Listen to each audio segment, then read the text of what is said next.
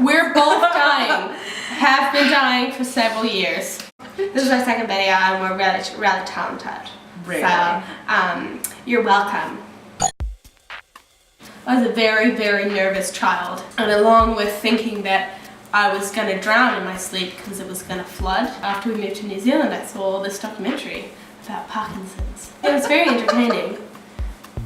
Don't ask me why I was watching a documentary about Parkinson's. Where were my parents? I don't know. And the last thing that they said in the documentary was, it all started with a twitch of his finger, and I was like, oh shit!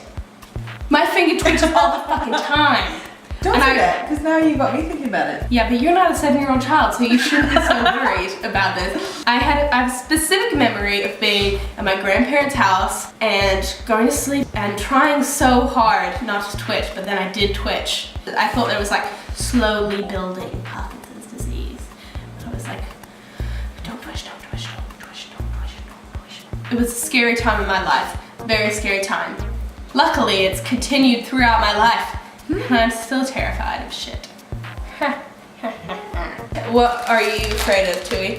Tell me your the most story. recent one was when I had tonsillitis in Samoa, and I've never had tonsillitis before, and my throat just swelled up, and I literally thought I was dying because I couldn't breathe. And then I looked in my throat, and I had white spots, and I was like, The dread white spots. so then I googled it because I thought that's intense, like that should not be white. And then like it came up with all this stuff. With strep throat and all the stuff that can White be spots fatal, can kill you. apparently. And so I freaked out and I called my mom, who was in New Zealand. So overseas phone call. Mom, I think I'm dying. And she was like, Really? no, you're not. I totally did. But I totally thought, because I googled it and all my symptoms seemed to add up with like this really intense strep throaty thing. I was like, oh my gosh, I'm not gonna make it. It's gonna just infect me. I'm gonna be like this zombie. But then when I went to the doctors, he's like, you just got tonsillitis, take these. I don't know if anyone remembers, but there was a time in New Zealand when meningococcal was just rampant. It was like AIDS. I wasn't here. Was it like AIDS? On the news all the time, they'd be like, this kid, this 19-year-old got meningococcal because he shared a whistle with another person. How did they know that that was what it did it? Nobody. And then he got meningococcal and died. Ah! And this was just all over the news every day. And then my brain would just be like, one time I shared a popsicle with a friend of mine. I can't remember her name, she had dark hair, and at one stage she hated me, but then when you're a kid you forgive easily. And so, this kid might know who she is. Why were we sharing ice blocks? Why? That is unhealthy behavior.